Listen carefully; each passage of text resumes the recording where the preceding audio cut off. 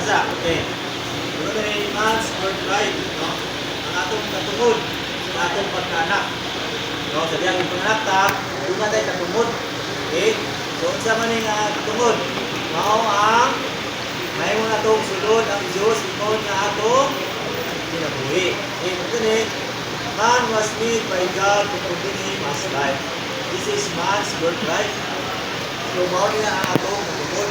The birthright means something that is rightfully yours by birth.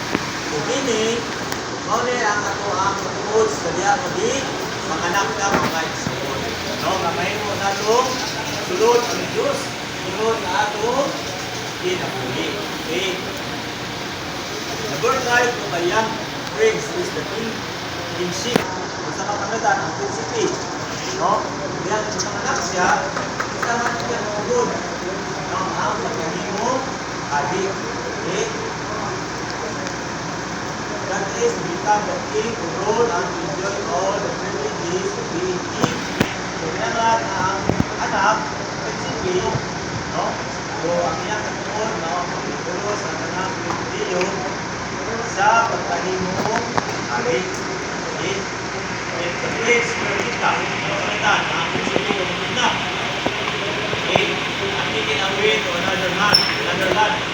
Inak siya, idala na siya sa laing lugar. He would lose his birthright if he goes still sa king. Sa po nawala, ang iyang katungod, pero sa iyang anak ka kung